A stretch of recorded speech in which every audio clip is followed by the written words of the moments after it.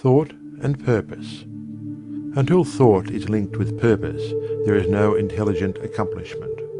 With the majority, the bark of thought is allowed to drift upon the ocean of life. Aimlessness is a vice, and such drifting must not continue for him who would steer clear of catastrophe and destruction. They who have no central purpose in their life fall an easy prey to petty worries, fears, troubles, and self-pityings, all of which are indications of weakness, which lead, just as surely as deliberately planned sins, though by a different route, to failure, unhappiness, and loss, for weakness cannot persist in a power-evolving universe. A man should conceive of a legitimate purpose in his heart and set out to accomplish it. He should make this purpose the centralizing point of his thoughts. It may take the form of a spiritual ideal, or it may be a worldly object, according to his nature at the time being.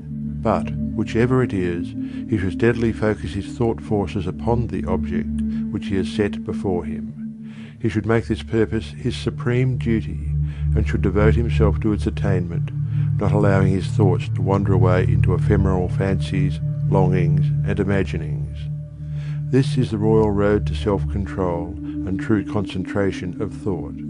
Even if he fails again and again to accomplish his purpose, as he necessarily must until weakness is overcome, the strength of character gained will be the measure of his true success, and this will form a new starting point for future power and triumph. Those who are not prepared for the apprehension of a great purpose should fix the thoughts on the faultless performance of their duty, no matter how insignificant their task may appear. Only in this way can the thoughts be gathered and focused, and resolution and energy be developed, which being done, there is nothing which may not be accomplished. The weakest soul, knowing its own weakness, and believing this truth, that strength can be only developed by effort and patience, will, thus believing, at once begin to exert itself, and, adding effort to effort, patience to patience, and strength to strength, will never cease to develop, and will at last grow divinely strong. As the physically weak man can make himself strong by careful and patient training, so the man of weak thoughts can make them strong by exercising himself in right thinking. To put away aimlessness and weakness, and to begin to think with purpose, is to enter the ranks of those strong ones who only recognize failure as one of the pathways to attainment, who make all conditions serve them, and who think strongly, attempt fearlessly, and accomplish masterfully. Having conceived of his purpose, a man should mentally mark out a straight pathway to its achievement, looking neither to the right nor the left. Doubts and fears should be rigorously excluded. They are disintegrating elements which break up the straight line of effort, rendering it crooked, ineffectual, useless. Thoughts of doubt and fear never accomplished anything, and never can. They always lead to failure. Purpose, energy, power to do, and all strong thoughts cease when doubt and fear creep in. The will to do springs from the knowledge that we can do.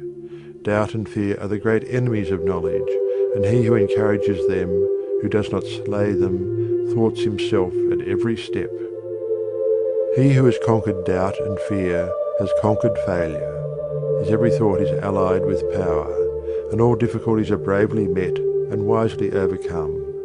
His purposes are seasonably planted, and they bloom and bring forth fruit, which does not fall prematurely to the ground.